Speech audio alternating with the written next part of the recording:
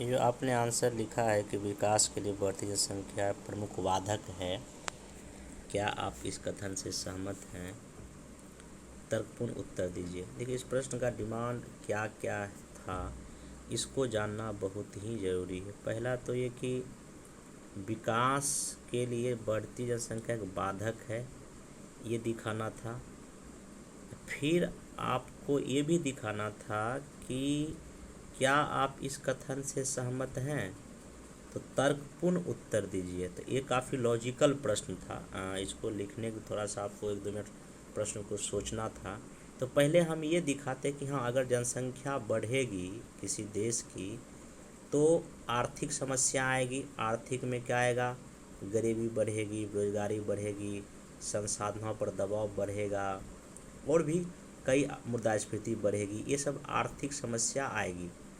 उसके बाद सामाजिक समस्या में शिक्षा की कमी होगी, मृत्यु दर ज़्यादा होगा, जो है ना सामाजिक कलह बनेगा, सामाजिक हिंसा होगी, ये भी हो सकता है। बाकी राजनीतिक समस्या में क्या होगा? वोट बैंक की राजनीति बढ़ जाएगी, जातिवाद की राजनीति बढ़ जाएगी, ये सब समस्या उत्पन्न होगी, ठीक ना, जो कि कहीं ना कहीं किसी देश के विकसित राष्ट्र की श्रेणी में जाने को ये सब चीज़ रोकेगा। आप इतना लिखेंगे। उसके बाद आप लिखेंगे, हाँ, ये बात सही है कि उपरोक्त जो हम बताए कि इसमें जनसंख्या बाधक बन सकती है, लेकिन यह इसका एक पक्ष हुआ। दूसरा पक्ष इसका यह भी है कि अगर उसी जनसंख्या को अगर हम शिक्षा दे दें, स्वास्थ्य अच्छा कर दें, कौशल युक्त कर दें, तो वही हमारे लिए एक अवसर बन सकता है, बाधक नहीं बल्कि वह वाहक बन सकता है, ठीक ना। तो आपको ये दोनों पार्ट को लॉजिकली लिखना था, निगेटिव पक्ष को भी और पॉजिटिव पक्ष को भी। अब आइए हम आपके आंसर को मैं पढ़ रहा था। देखिए, पहली बात आपका आंसर में क्या क्या सही है, देखिए क्या क्या गलती, मैं साथ ही साथ बता देता हूँ, वीडियो के थ्रू में बता दूंगा। आप अपने कॉपी को सामने रख लीजिए और जो मैं बोलूँगा उसको ध्यान से सुनिएगा। आपने यहाँ जो लिखा है, किसी भी देश की जनसंख्या वहाँ महत्वपूर्ण मानव संसाधन है। किसी भी देश की जनसंख्या वहाँ महत्वपूर्ण मानव संसाधन है। देखिए, पहला लाइन में ही कमी है। लाइन बनाइए, किसी भी देश की जनसंख्या वहाँ की महत्वपूर्ण मानव संसाधन होती है। पहला लिंक का सुधार करें वहाँ पे। इसके बगैर, ये बगौर लिख दिया आपने, बगौर, ठीक है ना, बगैर होता है, ये एक हर्षिकार एक आकार नहीं होगा। किसी देश अथवा समाज की कल्पना नहीं की जा सकती।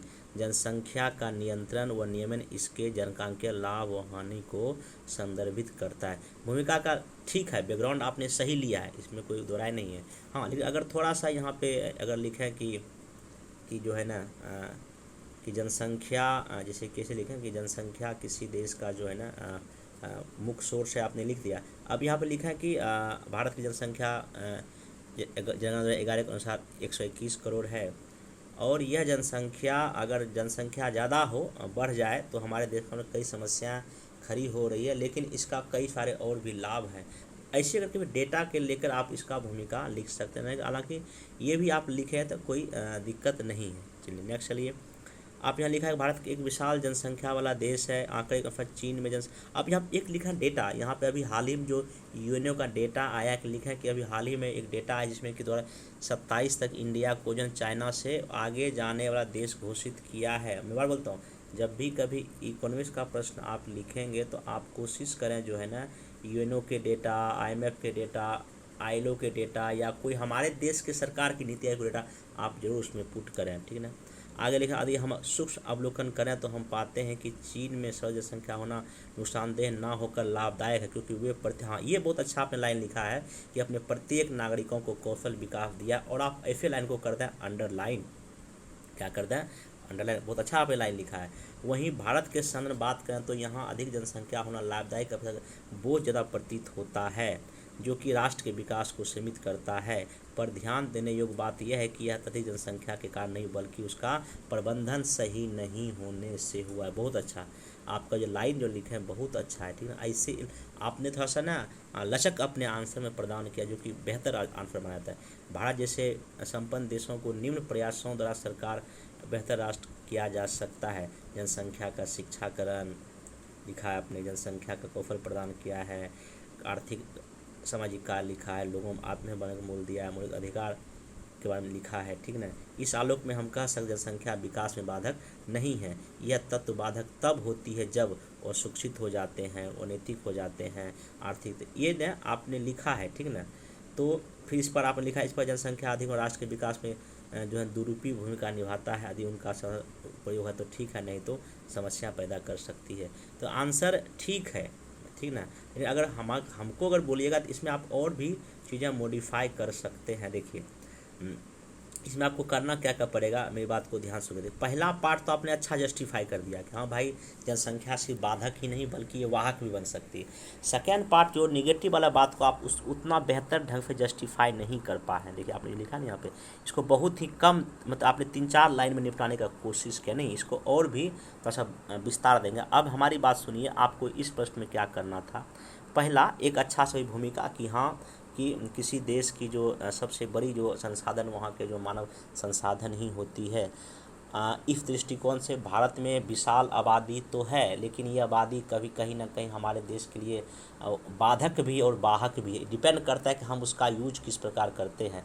ऐसा लिख कर, नहीं तो आप अगर ये भूमिका भी आप अपना एग्ज़ाम में लिख सकते हैं, कोई दिक्कत है। अब यहाँ पे लिखा है कि भारत की परिप्रेक्ष्य में अगर हम बात करें तो यहाँ की 2011 की जनगणना के अनुसार 121 करोड़ आबादी है, और हाल ही में जो यूएनओ की रिपोर्ट आई वहाँ 2027 तक भारत जो है दुनिया का पहला देश बन जाने वाला है, चाइना को पछाड़ के। अगर हम चाइना के परिप्रेक्ष्य में बात करें तो चाइना अपनी जनसंख्या को उचित शिक्षा, उचित कौशल विकास देके उसके अपने संसाधन का प्रयोग पूरी दुनिया में चाइना निर्मित वस्तुओं के लिए किया है। लेकिन इंडिया के परिप्रेक्ष्य में हम देखें तो ये नहीं हो रहा है।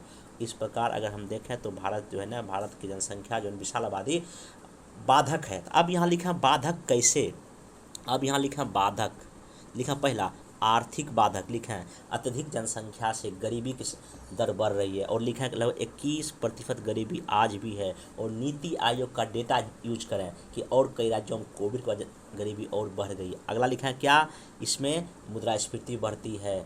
लिखा है बेरोजगारी दर लगभग 11% हो चुका है। भूमि पर दबाव बढ़ता है। ये सब आर्थिक पर, अब देखिए हमारे देश में औसत जो भूमि का जो हेक्टेयर का टुकड़ा है लगभग 0.80 हेक्टेयर मात्र है पर पर्सन किसान, इतना कम है। तो ये आप आर्थिक समस्या दिखावे, रोजगार की कमी हो जाती, उद्योग में कमी हो जाती, ये आर्थिक। फिर लिखा है कि अत्यधिक जनसंख्या होने से कहीं ना कहीं कई तरह की सामाजिक समस्या, जैसे शिक्षा का स्तर गिर जाएगा। भाई स्कूल जनसंख्या बढ़ रहा है, उस रेशियो में स्कूल कॉलेज नहीं खुल रहे हैं।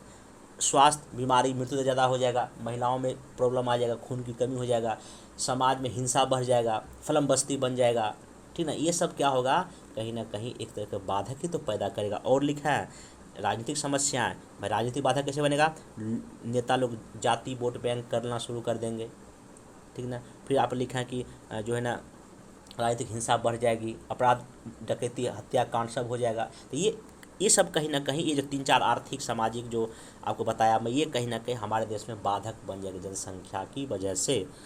अब लिखा है कि हाँ उपरोक्त तथ्यों से स्पष्ट होता है कि ये जो है बाधक है, लेकिन अगर हम इसको दूसरे परिप्रेक्ष्य में देखें तो ऐसा लगता है यह सिर्फ बाधक ही नहीं बल्कि अगर जनसंख्या वाहक भी बन सकती है।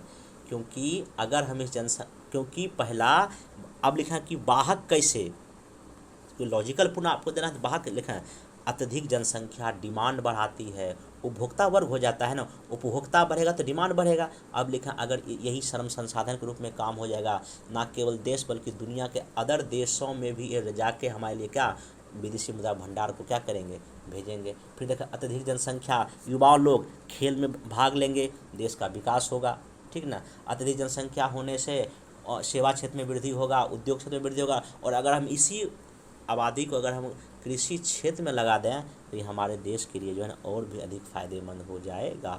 ऐसे करके आप जो है अंतिम में तब लिखा है सब शिक्षा सरकार के कुछ प्रयास लिख दें, हाँ मेक इन इंडिया कर रही है, प्रधानमंत्री कौशल विकास योजना कर रही है। इस प्रकार आप आगे की राह दिखाते हुए अंतिम निष्कर्ष ये लिखा है हाँ जनसंख्या हमारे लिए संपदा होगा कि विपदा होगा, ये इस बात पे डिपेंड करता है कि हम उसको किस प्रकार से उपयोग में लाते हैं। और भारत को वर्तमान समय में 2045 तक विकसित राष्ट्र बनने की प्रक्रिया में इसको बेहतर ढंग से यूज करने की आवश्यकता है, ताकि भारत विश्व में एक बड़ा महाशक्ति या पावर हाउस में बनकर उभर सके। ऐसे करके अगर आपको ख़त्म करेंगे तो लॉजिकल होगा और काफ़ी अच्छा होगा, ठीक ना। तो बाकी इसका मैं मोरल फोटो दूंगा, आपको देख लीजिएगा।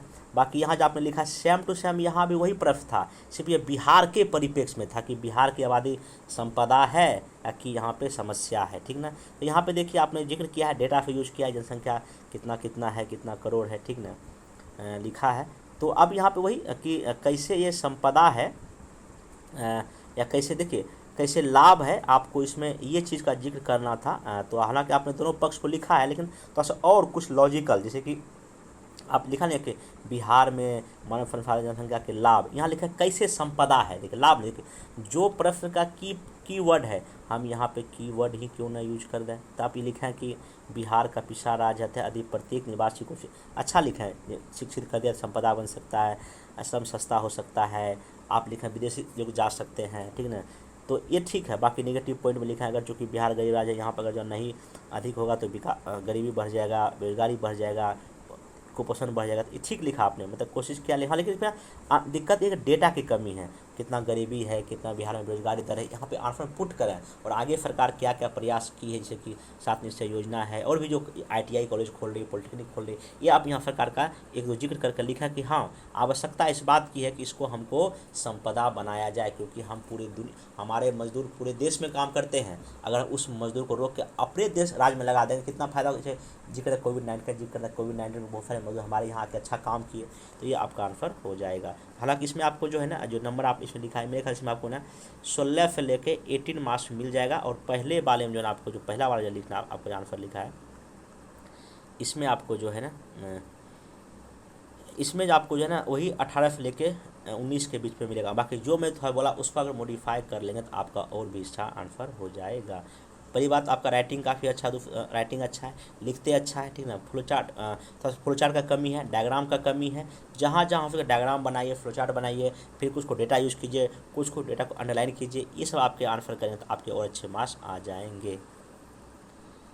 आपने ये आंसर लिखा है, तो वही अभी जो मैं आपको इसके पहले जो वीडियो दिखाया वहाँ पे देखिए, यहाँ पे लिखा है कि भारत एक विकासशील देश है। पहला स्पेलिंग गलत, विकास ऐसे होता है, शील ऐसे होता है, ये शील होता है, ठीक ना।